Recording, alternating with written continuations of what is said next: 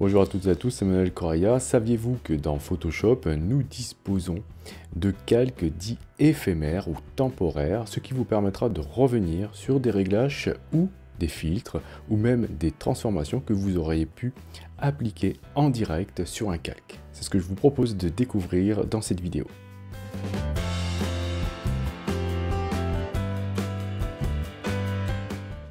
Alors, qu'est-ce qu'un calque éphémère? Eh bien, en fait, dans Photoshop, il y a beaucoup d'actions que vous allez pouvoir réaliser, pour lesquelles vous allez pouvoir atténuer leur effet et vous allez pouvoir même modifier le mode de fusion de celle-ci.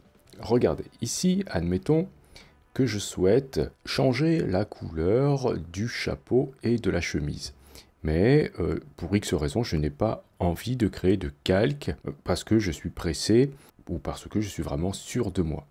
Alors je peux aller chercher directement un réglage donc qui s'applique en direct en allant dans le menu Images, Réglages, et ici j'ai tous les réglages que l'on peut appliquer en direct sur une image sans pour autant ajouter un calque de réglage.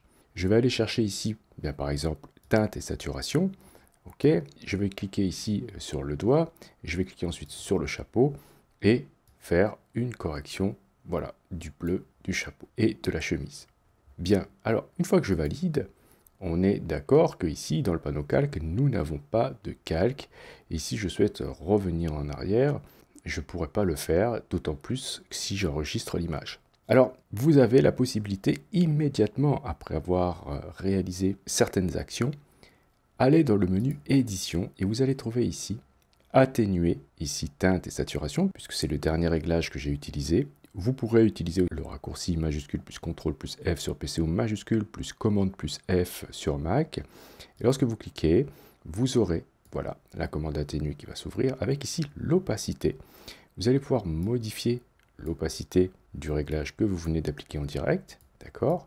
Et vous allez pouvoir même voir, lorsque vous êtes ici par exemple, avec une atténuation réduite, voir avant, après. Avant, après quoi? Ben, avant, après la commande atténuer. OK. Et ici, si vous cliquez là, vous avez accès au mode de fusion. Donc je vais pouvoir dire, ben, par exemple, je veux que ce soit un réglage appliqué en incrustation. Ne pas oublier de cocher aperçu pour voir le résultat. Donc vous pouvez voir avant, après. Ça a beaucoup changé avec les modifications que j'ai fait ici avec la commande atténuer. Alors il faudra faire attention à une chose, c'est que dès que vous allez réaliser une autre action, par exemple ici je fais une sélection tout simple, je désélectionne avec CTRL D ensuite ou commande D sur Mac, et bien regardez, lorsque je retourne dans édition, atténuer ici est grisé, puisque je ne peux pas atténuer une sélection. Donc pour bien comprendre comment ça marche, c'est comme si j'avais appliqué à mon image un réglage de type teinte et saturation. Ok, j'aurais fait dans ce cas la même recherche que tout à l'heure. J'aurais pu ici modifier son opacité à partir d'ici et changer, bien sûr, le mode de fusion ici à partir de cette liste. Alors l'avantage, bien sûr, de travailler avec des calques de réglage, c'est qu'on a bien, des calques qu'on va pouvoir masquer avec les masques de fusion et on va pouvoir revenir sur les réglages. Lorsque vous utilisez des réglages en direct, évidemment, c'est appliqué une bonne fois pour toutes et la commande atténuer est éphémère. Donc il faut vraiment l'utiliser avec parcimonie, mais elle peut vous sauver la mise de temps en temps lorsque vous n'avez pas utilisé de calque de réglage. Bien, alors dans quel autre cas on peut retrouver cette commande? Alors vous pourrez la retrouver avec par exemple déformation de la marionnette ou d'autres commandes présentes ici dans le menu édition, par exemple remplir. Mais le plus intéressant, ça sera de les utiliser aussi avec les filtres. Si vous allez dans le menu filtre, et qu'on utilise par exemple une accentuation dans renforcement. Ici, si je souhaite, voilà, je vais choisir peut-être un réglage un peu fort pour bien qu'on le voie. Et là, c'est vraiment très très fort. OK, je valide en cliquant sur OK. Vu que je n'ai pas d'objet dynamique ici, je ne peux pas revenir sur le réglage que je viens d'appliquer. Mais puisque je n'ai fait appel à aucune autre commande juste après le filtre, je peux aller dans le menu édition et choisir ici d'atténuer, si je le veux, l'accentuation que je viens de réaliser. Donc je vais pouvoir réduire ici l'opacité, OK, et si je le souhaite, jouer avec les modes de fusion, voilà. Donc là, on va pouvoir faire quelque chose de rigolo, vous allez voir. On peut faire des accentuations avec, je ne sais pas si on l'avait vu ensemble, mais avec un calque passé en mode passe haut et avec le mode de fusion incrustation, et bien là vous pouvez le faire en une seule fois sans utiliser de calque de réglage ou sans dupliquer votre calque. Tout simplement, vous allez par exemple aller chercher dans le menu filtre, le filtre de type passe haut qui se trouve ici. Ici, vous faites le réglage du rayon de la zone que vous souhaitez accentuer. Donc ici, je vais le faire un petit peu fort pour qu'on le voie bien. OK, vous validez avec OK. Ensuite, vous allez tout de suite aller chercher dans le menu édition la commande atténuer et vous choisissez ici le mode incrustation.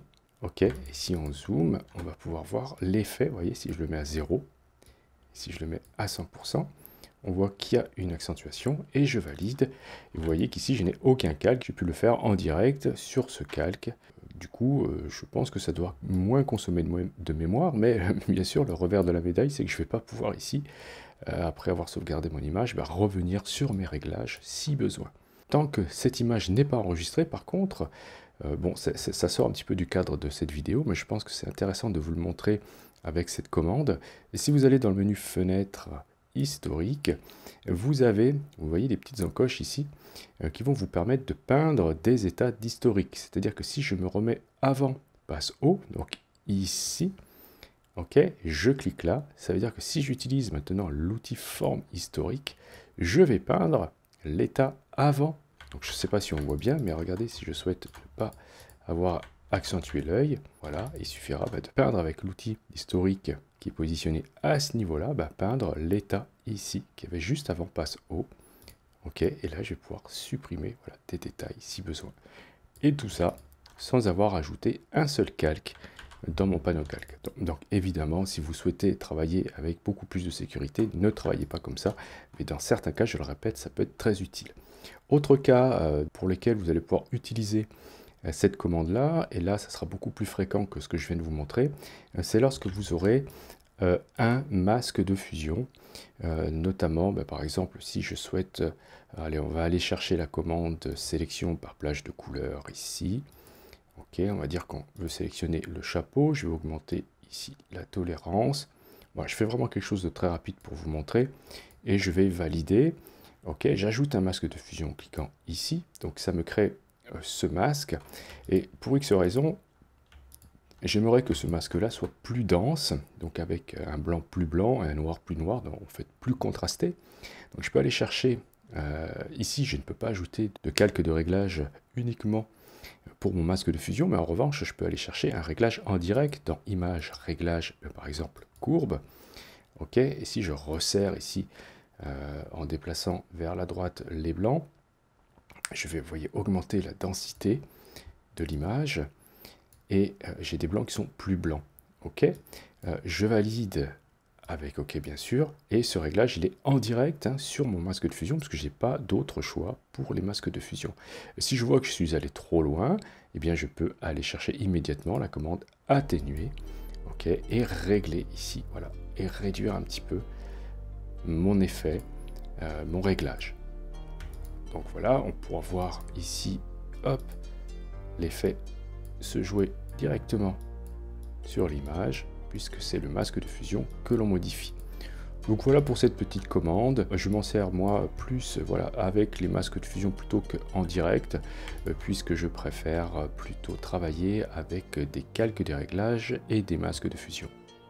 Je vous remercie d'avoir suivi cette vidéo. Si vous avez des questions, n'hésitez pas à le faire dans les commentaires. Si vous souhaitez soutenir cette chaîne, vous pouvez cliquer sur j'aime. Vous pouvez cliquer aussi sur le lien Utip présent dans la description de cette vidéo. Si vous n'êtes pas encore abonné, cliquez sur abonnez-vous. N'oubliez pas la petite clochette pour être averti des prochains cours ou des prochains tutos. Et justement, on se dit à la prochaine pour un autre cours ou pour un autre tuto.